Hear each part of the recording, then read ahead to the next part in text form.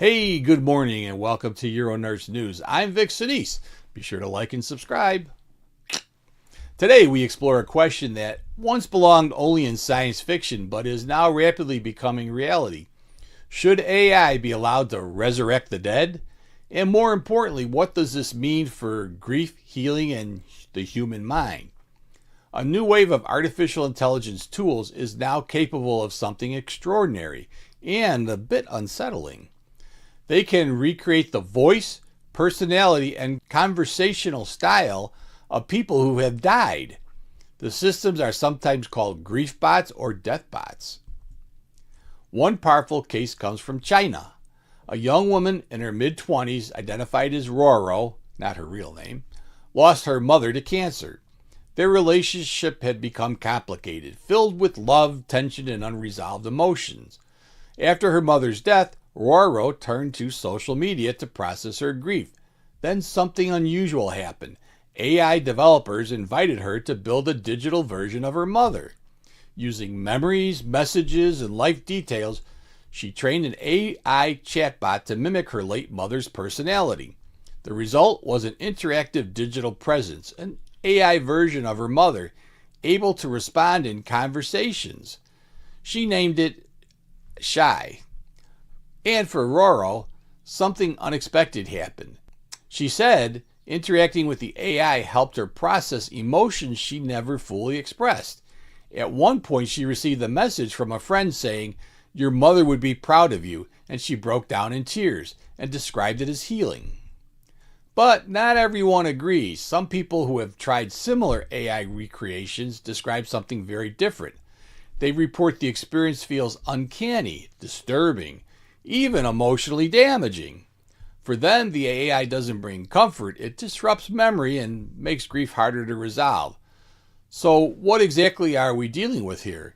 Researchers describe these tools as AI grief technologies, tools that use emails, text, voice recordings, and digital footprints to simulate the dead. Some are simple chat systems, others include video avatars, and some are designed to evolve over time, learning and adapting through conversation. This raises a profound question. If an AI continues to change based on interaction, is it still the person we lost, or something entirely new? And when it comes to ethical dilemma, who owns a person's digital identity after death? Who has the right to recreate them? And should a loved one be allowed to make that decision alone? There are also concerns about how these systems are built. Many companies developing grief AI are commercial platforms. They rely on engagement, user retention, and emotional interaction. That creates a troubling possibility, a digital afterlife designed not for healing but continuous use.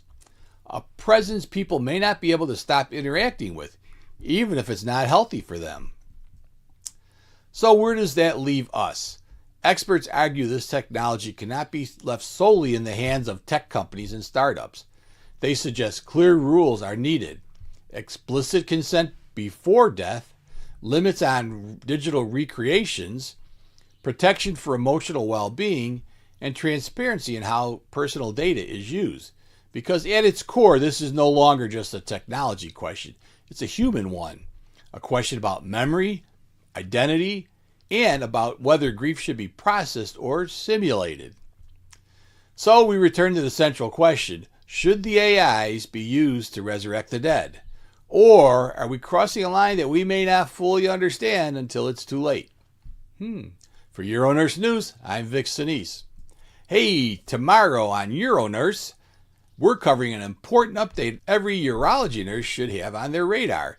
The American Urologic Association has released updated vasectomy guidelines, and Dr. Susan Qualich is going to talk about those.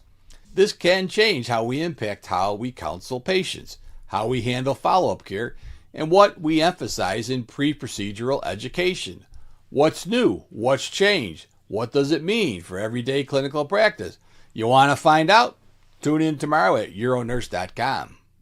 UroNurse News every weekday at 9 a.m. Central Time.